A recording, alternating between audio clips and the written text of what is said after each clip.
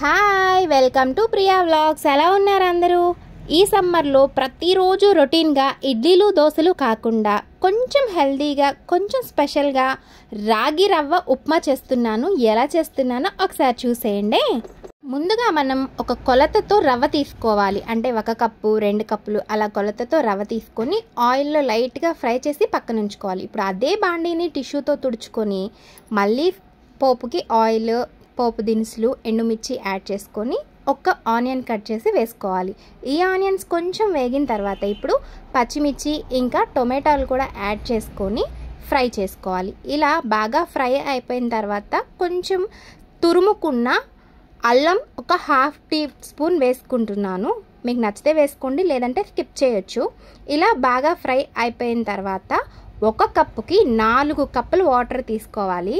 అలా తీసుకొని మనకి రుచికి సరిపడినంత సాల్ట్ని కూడా యాడ్ చేసుకోండి. ఇప్పుడే ఇంకేముంది, బాగా నీళ్లు బాయిల్ అయిపోయిన తర్వాత మనం తీసుకున్న రవ్వని కూడా వేసుకొని బాగా ఉడికించుకోవాలి. ఏంటి రాగి పిండితో ఉప్మా అంటుంది, రవ్వతోనే ఉప్మా చేసేస్తుంది అనుకుంటున్నారా? లేదండి, ఇప్పుడు మన కింగ్ ఆఫ్ ది ఇంగ్రీడియంట్ వచ్చేస్తుంది. ఇలా రవ్వ కొంచెం ఉడికిన తర్వాత మనం 2 కప్పులకి 1 కప్పు రాగి పిండిని యాడ్ చేసుకోవచ్చు. లేదనుకుంటే 2 కప్పులకి 2 కప్పుల రాగి పిండిని యాడ్ చేసుకోవచ్చు.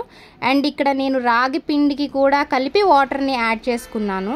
ఇప్పుడు నేను 2 కప్పుల రవ్వకి 1 కప్పు పిండిని యాడ్ చేసి మిక్స్ చేసుకుంటున్నాను. అది మీ ఇష్టం అన్నమాట. 2 కప్పుల పిండి యాడ్ చేస్తారో 1 కప్పు పిండి యాడ్ చేస్తారో అనేది మీరు తినేదాన్ని బట్టి, మీ ఇష్టాన్ని బట్టి మీరు యాడ్ చేసుకోవచ్చు.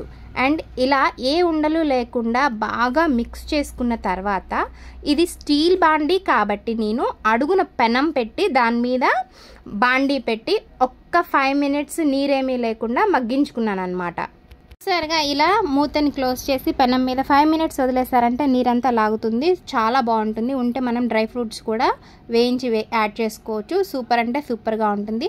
పని త్వరగా కావాలి అండ్ ఈరోజు ఓపిక లేదు అనుకున్నప్పుడు హెల్దీగా కొంచెం స్పెషల్గా ఇలా రాగి పిండితో ఉప్మా చేసి పెట్టండి. ఇది చట్నీతో కానీ కారపొడితో కానీ మన ఇష్టం వచ్చిన కాంబినేషన్తో తినేయచ్చు. ఇంకెందుకు, ఈ వీడియో మీకు నచ్చిందా? నచ్చితే లైక్ చేసి షేర్ చేసి సబ్స్క్రైబ్ చేయండి. ఇంతకీ మీరు చేసిన ఉప్మా ఎలా వచ్చిందో తప్పకుండా కామెంట్ చేయడం మాత్రం మర్చిపోకండి. ఉంటాను, బాయ్.